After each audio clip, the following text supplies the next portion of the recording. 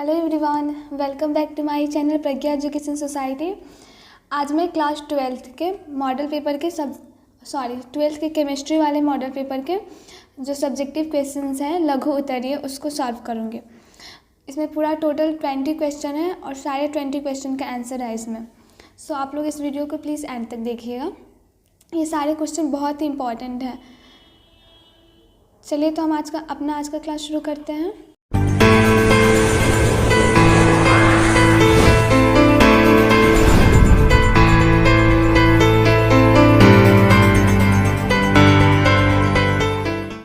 देखिए यहाँ सबसे पहला क्वेश्चन है इसमें, ZnO ठंडा में उजला होता है एवं गर्म में पीला हो जाता है, व्याख्या करें। ZnO जो होता है ठंडा में उजला होता है एवं गर्म में पीला हो जाता है, क्यों, इसका व्याख्या करना है। देखिए तो इसका सही आंसर होगा ZnO ठंडा में उजला होता है जबकि गर्म में पीला होता है क्योंकि अंतरकाशीय रिक्तियों में इलेक्ट्रॉनों की उपस्थिति के कारण यह पीला होता है, क्योंकि इलेक्ट्रॉनों द्वारा श्वेत प्रकाश के अन्य रंगों को अवशोषित कर लिया जाता है। क्या होता है जब ZnO ठंडा क्यों होता है और गर्म में पीला क्यों होता है? इसका यह अर्थ हुआ कि अंतरकाशीय रिक्तियों में इलेक्ट्रॉनों की उपस्थिति के कारण, मतलब जो खाली स्थान होता है उसमें इलेक्ट्रॉनों की उपस्थिति के कारण यह पीला होता है, और इलेक्ट्रॉनों द्वारा श्वेत प्रकाश के अन्य रंगों द्वारा अवशोषित कर लिया जाता है। इसीलिए क्या होता है, ZnO ठंडा में उजला होता है एवं गर्म में पीला हो जाता है। अब अगला क्वेश्चन देखते हैं। अगला है, n गोलों के सीमित पैकिंग में कितने अष्टफलक और कितने चतुष्फलक रिक्तियां होते हैं? n गोलों के सीमित पैकिंग में कितने अष्टफलक और कितने चतुष्फलक रिक्तियां होते हैं? तो देखिए अष्टफलकीय रिक्तियां n होते हैं और चतुष्फलकीय रिक्तियों की संख्या 2n होती है। सिंपल है ये इसका आंसर। अब अगला क्वेश्चन देखते हैं। विलेयता संबंधी हेनरी का नियम क्या है? विलेयता संबंधी हेनरी का नियम बताना है। आंसर होगा इसका, इस नियम के अनुसार स्थिर ताप पर किसी गैस की द्रव में विलेयता गैस के आरोपी दाब के समानुपाती होता है। इस हेनरी के नियम के अनुसार क्या होता है, स्थिर ताप पर किसी गैस की द्रव में विलेयता गैस के आरोपी दाब के समानुपाती होता है। m बराबर क्या हो जाएगा, KHP, जहाँ KH क्या है, हेनरी स्थिरांक है। अब अगला क्वेश्चन, पराश्रण एवं पराश्रण दाब की परिभाषा करें। पराश्रण क्या है और पराश्रण दाब क्या है, इन दोनों को परिभाषा देना है। तो सबसे पहले देखिए पराश्रण का परिभाषा क्या है। पराश्रण एक ऐसी विधि है जिसमें विलायक के अणु अर्धपारगम्य झिल्ली से होकर शुद्ध विलायक विलयन की ओर गति करता है, पराश्रण कहलाता है। क्या होता है, पराश्रण एक ऐसी विधि है जिसमें विलायक के अणु अर्धपारगम्य झिल्ली होगा, यहाँ जल्दी टाइप हो गया, यहाँ झिल्ली होगा, अर्धपारगम्य झिल्ली से होकर शुद्ध विलायक विलयन में गति करता है, उसे क्या कहते हैं, पराश्रण कहते हैं। और अब अगला है पराश्रण दाब।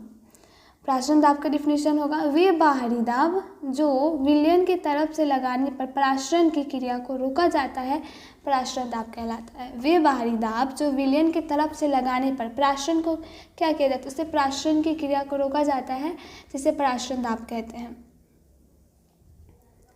अब अगला 5 नंबर क्वेश्चन देखते हैं। क्वेश्चन है, विशिष्ट चालकत्व किसे कहते हैं? विशिष्ट चालकत्व किसे कहते हैं?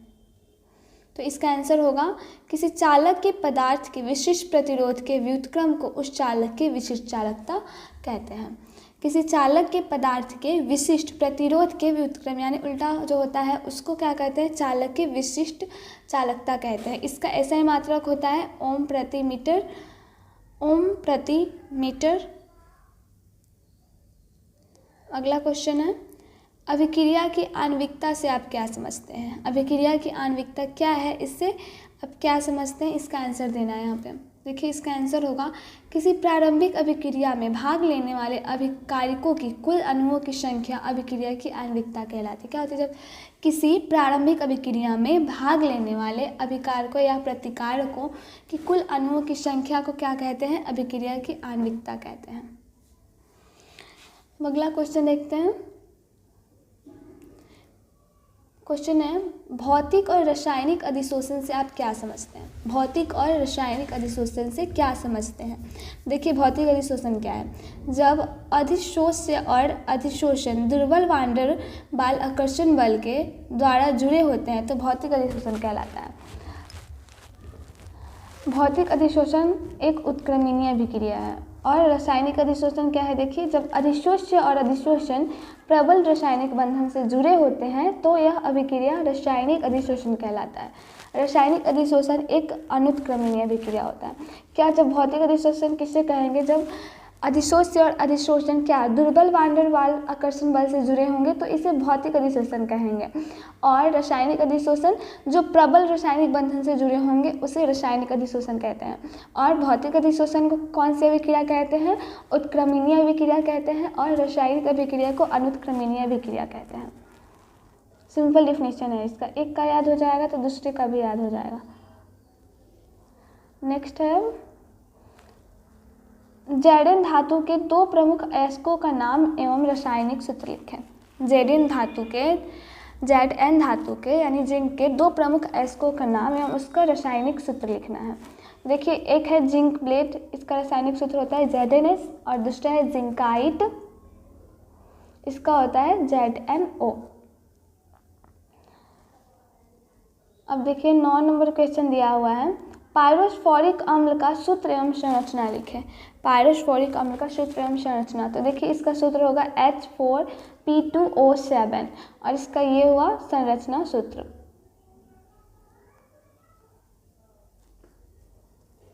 अब अगला क्वेश्चन देखते हैं। अगला है ओजोन के दो उपयोग को लिखें। ओजोन के दो यूज को लिखना है। तो देखिए सबसे पहला है ओजोन का उपयोग कीटाणुनाशक के रूप में किया जाता है। ओजोन का उपयोग कीटाणुनाशक के रूप में किया जाता है। और दूसरा है ओजोन का कहाँ उपयोग किया जाता है? विरंजक के रूप में किया जाता है। अब अगला क्वेश्चन, HF, HCl, HBr एवं HI को अम्लीय शक्ति के बढ़ते क्रम में सजाएं। इसको अम्लीय शक्ति के बढ़ते क्रम में सजाना है। तो देखिए इसका होगा HF, HCl, HBr, HI अम्लीय प्रबलता का सही बढ़ता क्रम है। हाइड्रोजन परमाणु बंध की ध्रुवीयता अम्ल की प्रबलता को निर्धारित करती है। अम्लीय प्रबलता का ये जो जोड़ा है, ये जो बनाया हुआ है, ये सही बढ़ता हुआ क्रम है इसका। और ये जो हाइड्रोजन परमाणु होता है बंध की ध्रुवीयता अम्ल की प्रबलता को क्या करता है? निर्धारित करता है, निश्चित करता है। अब अगला क्वेश्चन, भोजन के परीक्षक क्या है? उदाहरण दे। भोजन के परीक्षक क्या है, इसका उदाहरण देना है। तो देखिए खाद्य परीक्षण वह है जिसके द्वारा खाद्य पदार्थों को उनकी सही तथा अच्छी अवस्था में काफ़ी लंबे समय तक सुरक्षित रखा जा सकता है। क्या है खाद्य परीक्षण?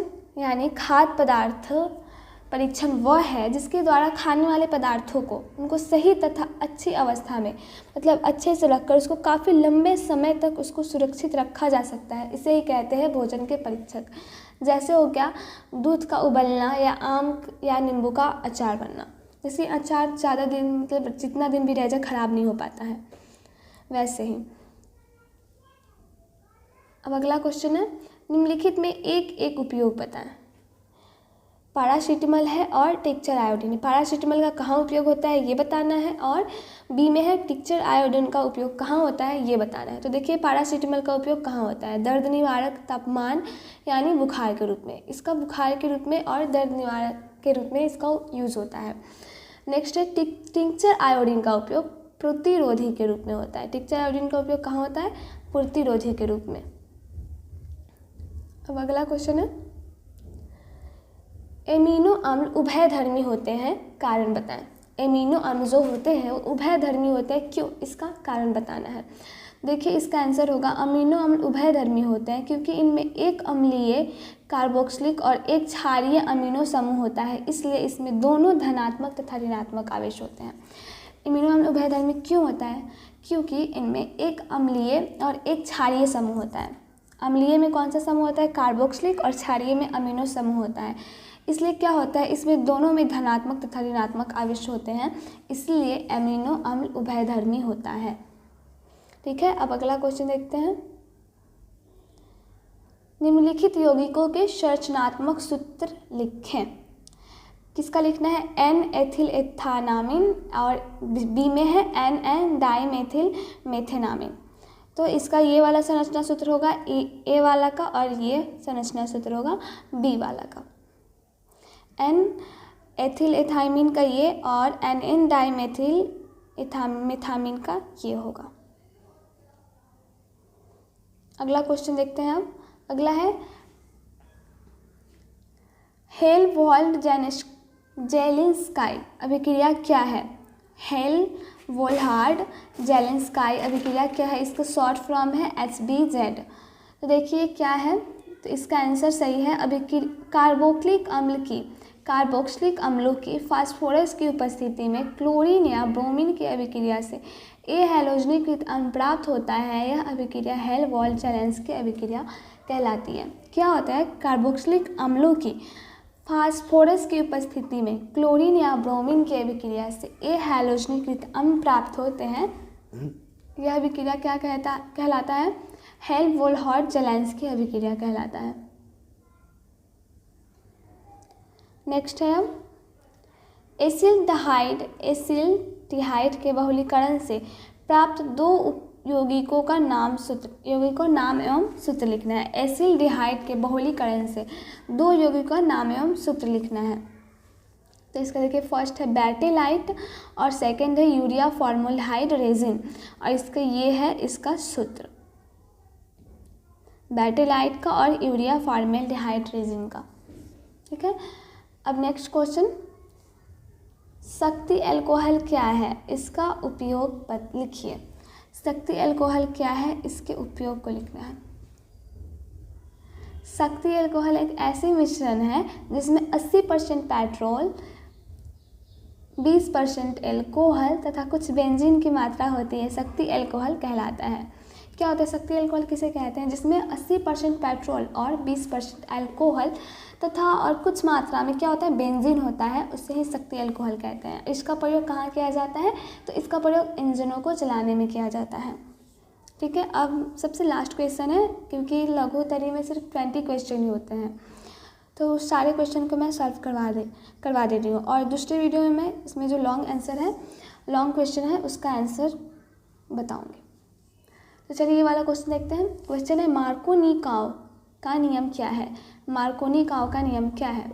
तो देखिए, असंतृप्त हाइड्रोकार्बन की योगशील क्रिया में प्रतिकारक का ऋणात्मक भाग उस कार्बन परमाणु से जुड़ता है जिस पर हाइड्रोजन परमाणुओं की संख्या सबसे कम होती है। इसे मोनोकार्प का नियम कहते हैं।